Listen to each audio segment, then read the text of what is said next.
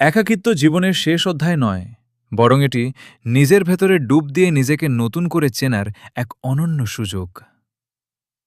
মাঝে মাঝে জীবন আমাদের একটু নিস্তব্ধতা এনে দাঁড় করায়, যেন আমরা কোলাহলের বাইরে এসে নিজের সত্যিকারের ডাক শুনতে পাই।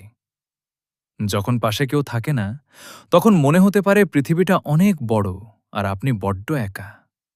কিন্তু মনে রাখবেন, আকাশে যখন মেঘতে যায়, সূর্যকে একাই আলো ছড়াতে হয়।